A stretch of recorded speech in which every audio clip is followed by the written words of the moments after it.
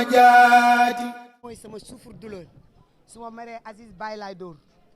waaw parce que ñoom samay bàjjen lañ samay doom lañ su ma leen gëjee dégg dama leen di mere mais su ma ci meree kii ci kii laay daanu si ñoom ñëpp ñu bëgg ma nag fonk ma donc dem bi ma aale ne koo demal sa dooma ko gën na nga ñëw Tiwaawoon ci Aziz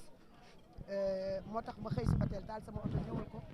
Ndiaye Maysa ak Séga li ngay defal Seydi Hadji Malick Sy te sa maam ju baax ja daan ko defal nga di ko defal sa turandoo ba mu wane ginnaaw nga yokk ko ful ko yàlla na nga ko gën a mën